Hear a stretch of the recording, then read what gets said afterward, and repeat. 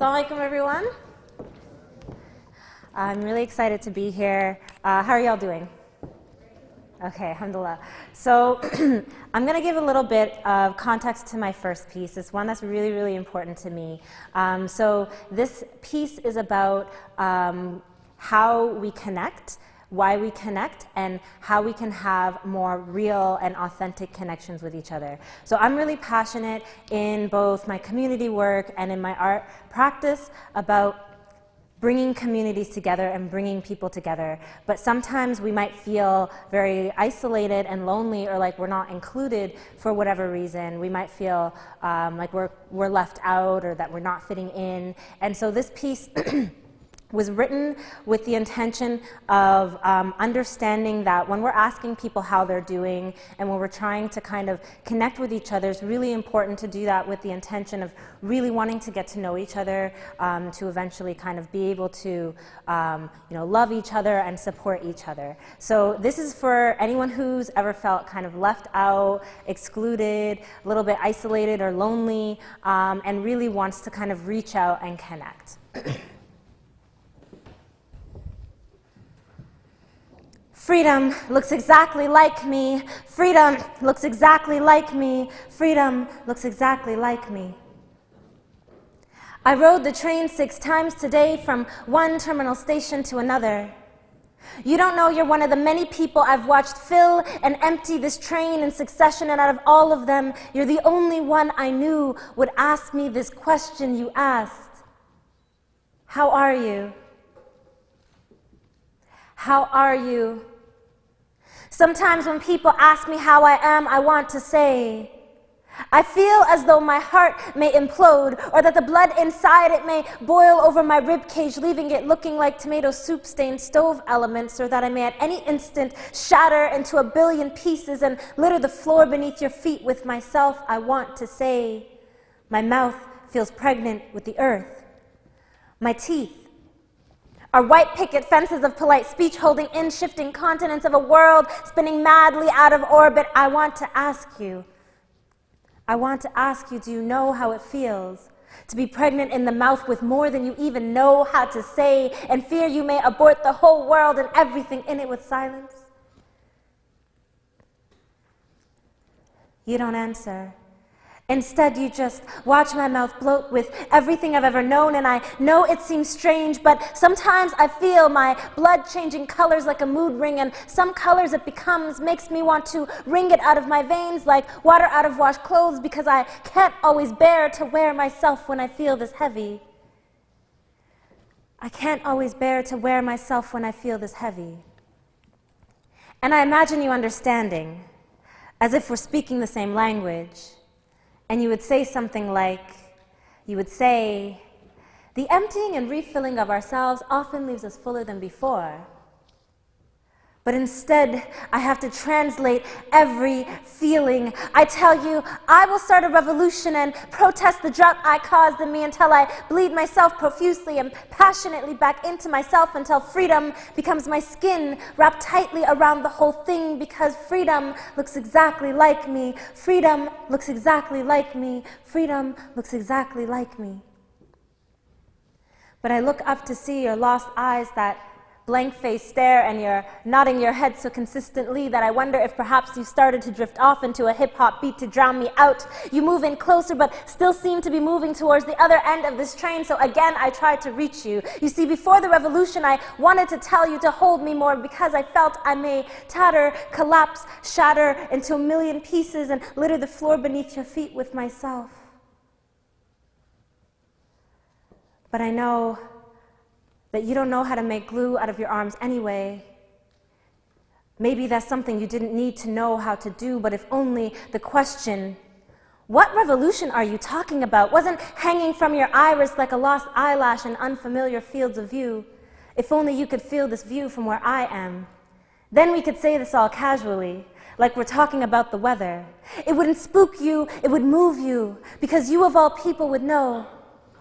You of all people would know that it's okay to let small talk fall like a deep sigh, back into its common cocoon so that it can take the time it needs in seclusion to grow wildly honest enough to take flight and journey between our mouths, seeing the world. But instead of seeing the world, I'm just on a train.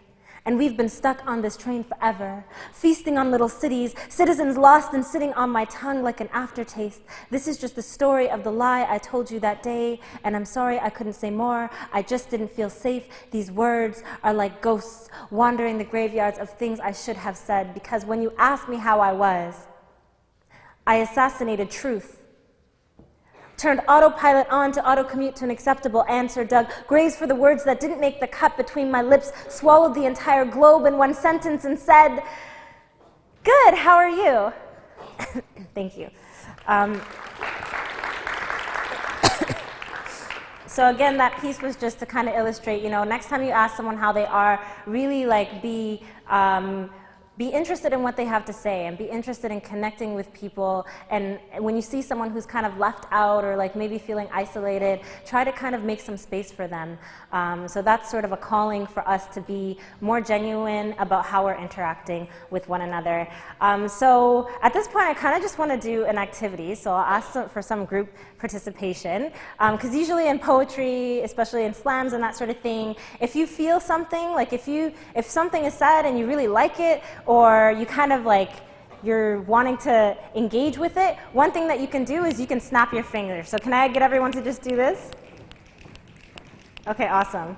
And then another thing is just to stomp your feet. Okay, and then I want to know who all of you are, but obviously I can't jump into the audience and say, how are you, hello, my name is, to everybody. So on the count of 3, I want you to just yell your name really loud, okay? Are you ready? You're kind of ready? 2 of you are ready? Okay, you're ready. Okay, so ready? 1, 2, 3.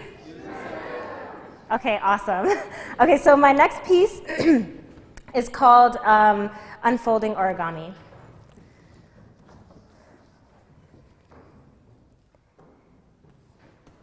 I've been writing love poems these days. In trenches of psychological wars, entrenched in a thirst for more, I've been writing in the silence of solitude to acknowledge you, love. As I try to uproot us just to see how grounded we are and measure our depth, you see, these love poems are more like notes to self. Reminders to remember you, love, in a world that seems to not want you to exist. Because I've seen hearts fold like origami, inwardly to seek you, trying to mold something out of fragility, as if the fragile spirit of a human being isn't beautiful enough, and I tell them, I want to unfold your intricacies and read the poem written on that paper heart, and not the final draft. I want to read the rough. I want paper cuts on my hand from holding you. I want to bleed from your blood, my origami. I know it's hard to open up. I know it's hard to open up, so you stay hidden. And I wish I could convince you that your ribs are not a prison, not bars meant for your heart to sit in while it breaks so softly it almost mimics resilience instead. Instead, I want you to unfold these poems we make pages out of, and I will cast you a poem until you heal. I want you to break these ribs we make cages out of, and I will cast you a poem until you heal. But when you do, don't ever forget how it felt to be broken, because that's as close to human as breathing is to respiration. That's as close to compassion as feeling is to innervation, because we've all felt the friction of heartache. That volatile feeling of the trembling spirit, the tectonic shifting of pain, the words trapped in our throats swallowed back into the abyss of the unspoken. I wonder how we will ever grow. I wonder how we will ever grow. I wonder how we will ever grow if we can't purge those suppressed words, however potent with anguish. To look up and realize that we are all folding in a sea of lost notes to self, and if you've ever seen a fold, you'll know. Because it looks something like a scribbled out poem, like moments of stolen life, victim to a fingertips release, like moments of empty ecstasy, victim to a fingertips release, like tears streaming down cheeks that have been slapped more than they've been kissed. And amidst all of this, there are nights we wander loveless and confused. There are nights we wander loveless and confused, mistaking fireworks for stars, a streetlight for the moon.